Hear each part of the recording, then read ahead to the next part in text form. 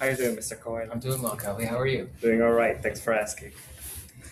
The first question I have for you is, what impact has the personal devices ban done in your English class? Hmm. I think it's been great to have a limitation on personal devices. I've noticed this year more than other years, students are feeling more comfortable talking with each other, are able to sort of single track rather than multitask. And as a result, they're producing better work for more sustained focus. There was a bit of an adjustment in the beginning of the year when students were pulling themselves away from technology, but also among staff too. Us staff members need to be mindful of our own technology use in class as well. What kinds of interruptions happens in the way of learning? So the short answer is there are no such interruptions in learning because we can always learn a lesson from the unexpected things that happen in the class, right? Now, that being said, we have a plan of a lesson to go through, but we may get fire drills. We may have unexpected visitors coming in to chat with their friends about something that's important to them. We may have announcements that are being made for pertinent information, and as a result, the rhythm of the class is interrupted. The question is less, can we stop these interruptions from happening? And the question is more, when they happen, how can we sort of ride the waves of them so that we don't crash out um, and lose momentum?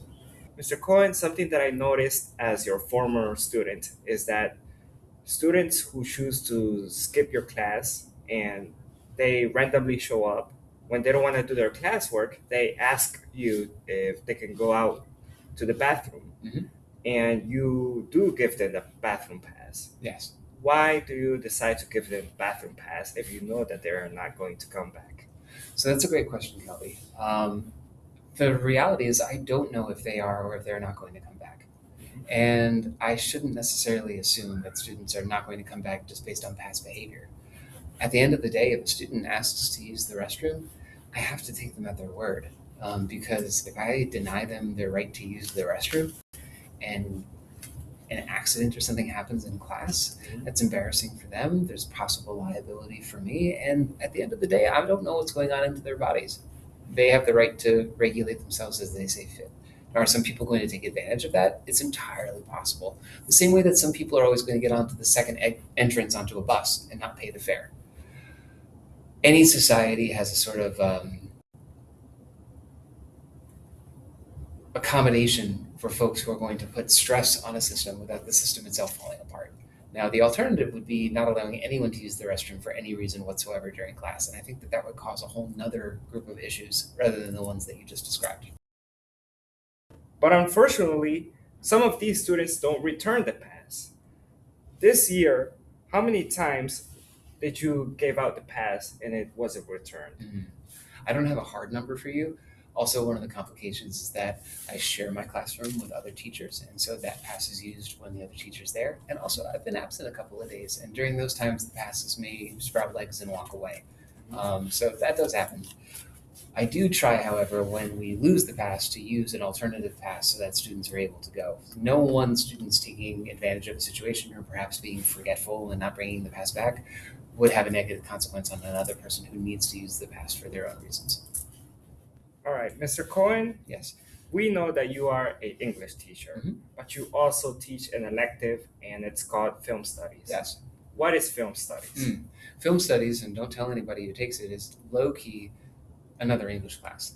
Mm. We talk about character, we talk about theme, we talk about the way that a story is plotted out. Only instead of looking at a text like a poem or a novel or a short story or a play, we're treating the film as the text in and of itself. So as a result, our conversations are much more oral based. There's more discussion around that, and we're looking at things from a visual medium rather than a written medium. Mr. Cohen, do you have a message for every student? Yes, I do. Soren Kierkegaard famously said that life can only be understood looking backwards, but it must be lived moving forwards. If I think back on my own time in school, I didn't necessarily appreciate the fact that it was one building where I was exposed to so many different subjects all at once. When I maybe wasn't invested in any particular subjects, so I didn't put the effort into that. But now looking back, I go, boy, I really wish I had taken the opportunity to have become more interested, say, in calculus or to become more interested in certain history, because now as an adult, I'm finding the need to sort of make up for those gaps. And I had all of these experts or guides here at the same time. At the same time, I'm always encouraging students to remember the original word school, which comes from the Greek schola, which actually means leisure. So nowadays, I think that we sort of have inverted school. We go to school so that we can get ourselves into a good position to get a job. In ancient Greece, the only people who could educate themselves were folks who had wealth already, because everyone else was making olive oil or working in the fields or what have you.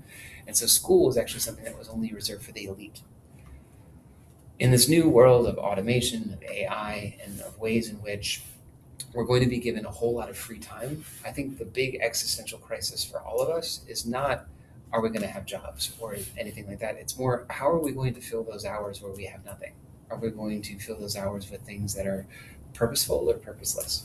And hopefully the answer is purposeful. And I think that more than any particular subject, going into school and figuring out how to use our leisure mindfully and purposefully is going to be something that helps us bring contentment as we get older. Thank you very much. Thank you, Kelby. It was a pleasure being on the show.